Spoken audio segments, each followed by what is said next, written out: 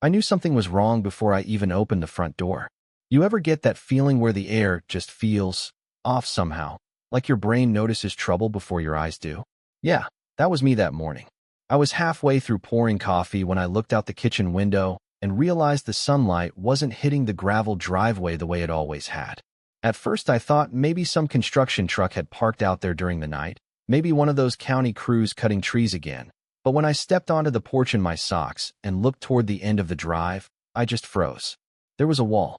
A real damn brick wall, stretching from one side of the property line to the other, tall enough I couldn't even see Old Tanner Road behind it. Fresh mortar still drying in the morning heat, red bricks neat as a church fireplace, and right in the middle of it was a shiny metal sign bolted in like some kind of trophy. Authorized perimeter installation by Cedar Hollow Estates, HOA. I remember laughing for a second because my brain genuinely refused to process it. I actually said out loud, "What kind of cartoon nonsense is this?" Then it hit me all at once. They'd blocked me in. My truck was trapped, my mailbox was on the other side. And if there'd been an emergency, ambulance, fire, didn't matter, nobody was getting through that wall. And the craziest part? I wasn't even part of their HOA. Never had been. Never would be. My place sat there long before Cedar Hollow ever existed, back when this whole county was just cattle fields and rusted feed stores. My Uncle Walter left me these 12 acres when he passed, and I'd spent the better part of 15 years keeping the place alive. Nothing fancy, just an old white farmhouse with a sagging porch swing, a red equipment barn that leaned a little too far left, and a gravel driveway that flooded every spring no matter how many times I patched it. But it was home. Real home. The kind where every dent in the wall has a memory attached to it. Meanwhile, Cedar Hollow looked like somebody dropped a California suburb in the middle of Tennessee. Stone fountains, matching black mailboxes, decorative trees lined up like soldiers, and one of those giant neighborhood signs with fake gas lanterns glowing all night. Soon as those houses started going up 5 years earlier, I knew there'd be trouble. Folks moved in from out of state with too much money and too many opinions. At first they acted neighborly enough, smiled at me in passing, asked about the barn, complimented the land. Then the offer started.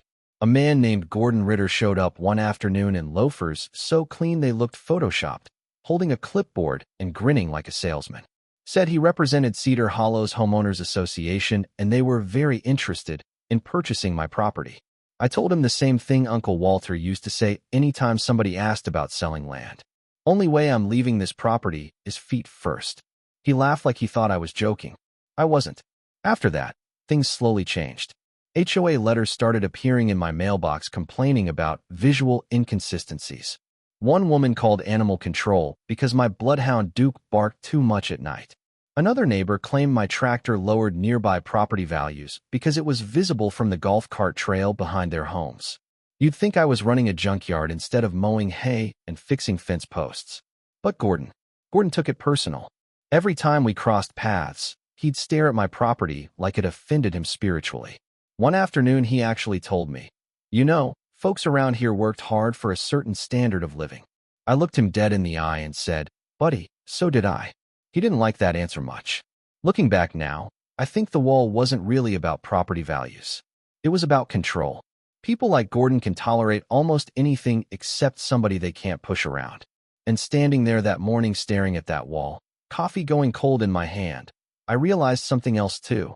They thought they'd finally won. But what Gordon and his little HOA board didn't know, not yet anyway, was that the ground underneath that wall didn't belong to them. It belonged to me. See, about 6 years earlier, the county quietly auctioned off a strip of abandoned roadway called Tanner Spur. Most people around here forgot it even existed. Back in the 70s, it connected a few farming properties to the highway, but once the state rerouted traffic, the county stopped maintaining it and eventually marked it abandoned. Weeds grew through the cracks, trees leaned over it, and everybody just treated it like dead land. Everybody except Uncle Walter. He used to tell me, "Never ignore old roads, son. Roads decide who eats and who don't." At the time, I thought he was just saying old country nonsense, but after he passed, I found a folder in his workshop full of maps, county plats, tax notes. Turns out he'd been tracking that abandoned road for years. So when the county finally auctioned it off for practically nothing, I bought it. Quietly. Legally. Didn't tell anybody because honestly, I never figured it'd matter. Until that wall showed up. I walked back inside, pulled the folder from my filing cabinet, and drove straight to the sheriff's office using the old pasture trail that connected through the woods. Sheriff Donnelly had known me since high school. Big gray mustache, slow talker, the kind of man who reads every paper twice before answering. I dropped the deed on his desk and said, "Tell me I'm not losing my mind." He studied the paperwork for a long minute, then leaned back in his chair and let out this low whistle. "Well, I'll be damned," he muttered. "They built that wall on your property." I asked him what my options were. He said technically he could send deputies out there immediately and force the HOA to remove it. But then he paused and looked at me over the rim of his glasses. "Question is, what do you want to do?" And I don't know why exactly. Maybe it was the weeks of letters. Maybe it was Gordon's smug little smile every time he looked at my house. But something in me snapped loose right there. Not angry exactly, calm. Dangerous calm. I remember smiling and saying, "Nah, I got a better idea." Sheriff Donnelly started laughing before I even explained it. 2 days later, I called my buddy Luis, who owned a welding shop outside Millfield. Told him I needed a gate built fast, and not just any gate. I wanted the biggest, ugliest, most impossible to ignore gate in 3 counties. Luis thought I was joking until I offered cash. We spent the next afternoon welding together this enormous cattle gate from industrial pipe steel, 14 feet wide, and painted bright neon green like a radioactive tennis ball. Then I had signs made. Private road. Toll access only. No trespassing. The signs were ridiculous on purpose. If Cedar Hollow wanted a spectacle, I was going to give them one. But the real masterpiece came from my cousin Ray. Ray used to restore old stock car tracks, and buried behind one of his garages was an actual toll booth from a demolished speedway outside Nashville. Tiny little thing with faded windows and peeling orange paint. We hauled it onto Tanner Spur with a flatbed trailer and planted it right in the choke point leading into Cedar Hollow's main entrance. By midnight, everything was ready. Gate locked. Toll booth standing proud. Spotlights running off a portable generator. I even put a rocking chair beside the booth just because it felt funny. Next morning, absolute chaos. Pure chaos. By 7 a.m. traffic backed up almost a mile down the county road. BMWs, Teslas, luxury SUVs, all trapped behind my neon green gate, while confused commuters leaned on their horns like angry geese. I sat in that rocking chair sipping black coffee, while people rolled their windows down asking what was happening. Most of them thought it was some kind of county project until they saw the toll board. Residents, $300 monthly access permit. Visitors, $20 entry. HOA board members, $1,000 monthly premium access. Non-negotiable.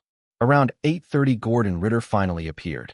He came stomping down the road in khaki shorts and a golf polo looking like somebody's furious stepdad at a Little League game. Clipboard tucked under his arm, sunglasses on, face red as a boiled crawfish. "What the hell is this?" he barked before he even reached the booth. I tipped my coffee cup toward the sign. "Toll Road. You can't do this." "Actually," I said, "pretty sure I can." He started pointing toward the wall like a lawyer in a cheap TV drama. "That neighborhood has legal access rights." I reached into the booth and handed him a laminated copy of my deed. "Nope. County abandoned Tanner Spur in 1998. Bought it legally in 2020. You boys should have checked property lines before laying bricks." I swear I watched the blood pressure rise into his forehead in real time. "You're seriously trying to extort an entire neighborhood?" he snapped. "Extort?" I laughed. "Gordon, your HOA illegally built a wall trapping me inside my own property. This here's just infrastructure improvement." A couple residents nearby started snickering, which only made him madder. Then came the part I'll never forget. Gordon leaned in close, lowered his voice, and said, "You have no idea who you're messing with." Now maybe in his world that line worked on people. Maybe folks in boardrooms and gated communities folded when somebody whispered legal threats. But all I could think about was Uncle Walter standing in muddy boots fixing fence posts with baling wire because he couldn't afford new tools. Men like that don't scare easy. So I looked Gordon square in the eye and said quietly, "No, I think you're just now realizing who you messed with." That shut him up. For about 12 seconds anyway. Then he exploded. Started ranting about lawsuits, county commissioners, media contacts, emergency hearings, all while residents sat trapped behind him listening to every word. One woman finally rolled down her Mercedes window and yelled, "Gordon, did y'all seriously build a wall on somebody else's land?" He ignored her completely, which honestly told me everything I needed to know. See, that's when I realized most of Cedar Hollow had no clue what their HOA board had done. Gordon and his little inner circle thought they could quietly pressure me out, bully the weird country neighbor nobody cared about. Problem was, rich neighborhoods run on appearances, and nothing destroys appearances faster than public embarrassment, especially when there's drone footage. And yeah, I had drone footage. The night after the wall went up, my nephew Caleb flew his drone over the site and captured the entire construction crew laying brick well inside my property markers. Clear as day, company logos visible on the trucks, HOA board members supervising. Gordon himself standing there with his arms crossed like some suburban emperor watching Rome get built. By lunchtime, I'd already filed trespassing reports, property damage claims, and sent copies of the footage to my attorney. But honestly, the legal stuff wasn't even the fun part. The fun part came later that evening, when I sat down at my kitchen table, pulled out a stack of envelopes, and started writing letters to every single homeowner in Cedar Hollow. I didn't write those letters like a lawyer. That was important. Lawyers make people defensive. I wrote them like a neighbor.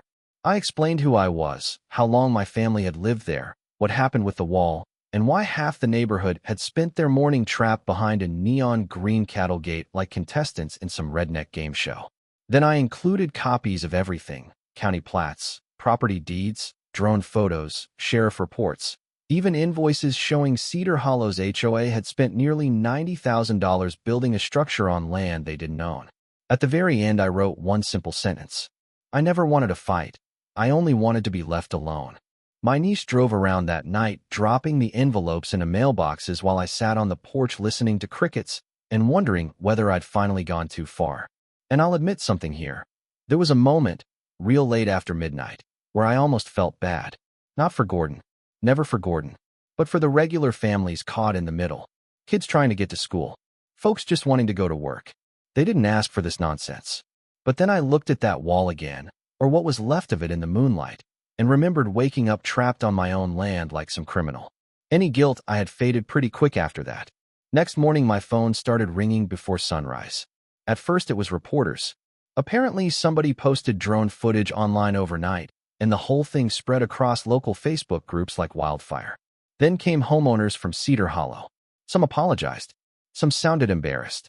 One older woman named Patricia actually brought over a pecan pie and said, "Honey, I voted against that board twice. Nobody listens to me because I drive a Buick." We sat on the porch drinking sweet tea while she told me Gordon had become obsessed with cleaning up the edge properties ever since a luxury developer started looking at nearby land. Suddenly, everything clicked. This was never just about my barn or my truck or Duke barking at deer. Gordon wanted me gone because my land stood between Cedar Hollow and expansion money. If they could pressure me into selling cheap, developers could connect another upscale section through my property and triple the value of the neighborhood. That's why he pushed so hard. That's why the threats escalated. And honestly, that realization hurt more than the wall did. Because it meant every fake smile, every neighborly conversation, every offer to help maintain my property, all of it was calculated. They never saw me as a neighbor, just an obstacle. By day 3, Cedar Hollow was imploding from the inside. Residents demanded emergency meetings. HOA forums turned into civil war. Somebody leaked financial records showing Gordon approved the wall project without a full board vote.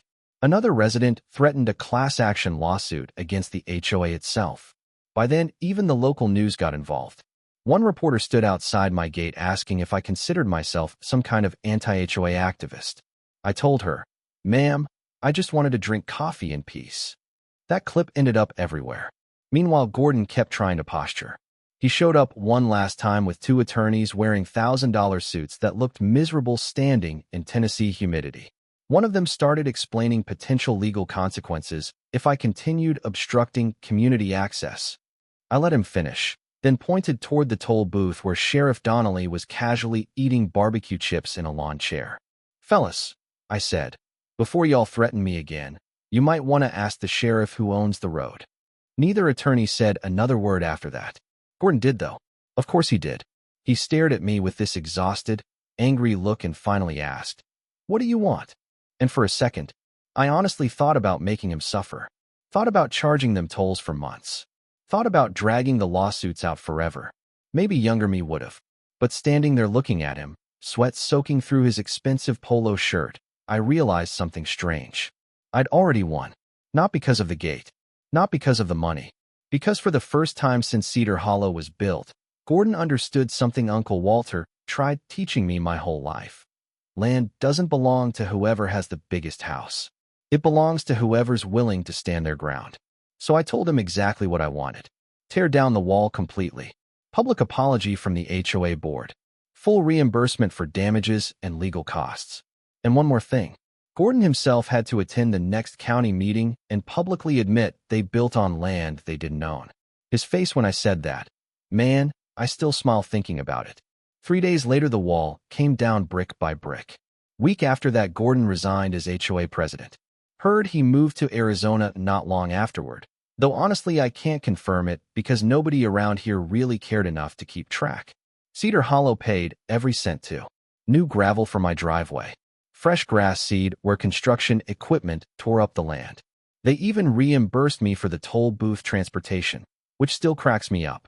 But here's the part people argue about whenever this story gets told around town. I never removed the gate. Nope. Still there today, bright neon green. Swinging open every morning and closed every night. I don't charge tolls anymore, at least not officially, but every now and then when somebody from Cedar Hollow drives through too fast or gives me attitude, I let that gate stay shut an extra minute or two while I sip my coffee on the porch. Petty? Maybe. Earned? Absolutely. And honestly, the weirdest part of this whole thing is Cedar Hollow treats me differently now. Folks wave when they pass. Some even stop to talk. Patricia still brings pie every Christmas. Turns out when people finally see you as a human being instead of an inconvenience, things change. But every once in a while I'll catch somebody new moving into the neighborhood staring at my old farmhouse like they're trying to figure me out. Then they notice that giant green gate standing between their luxury homes and the outside world. And suddenly they understand this little stretch of Tennessee a whole lot better. So now I want to ask you something. If you were in my shoes, would you have opened that road back up right away? Or would you have made the HOA sweat a little longer first? Let me know in the comments, because around here people still argue about whether I taught them a lesson or just became the exact kind of stubborn neighbor they thought I was from the beginning.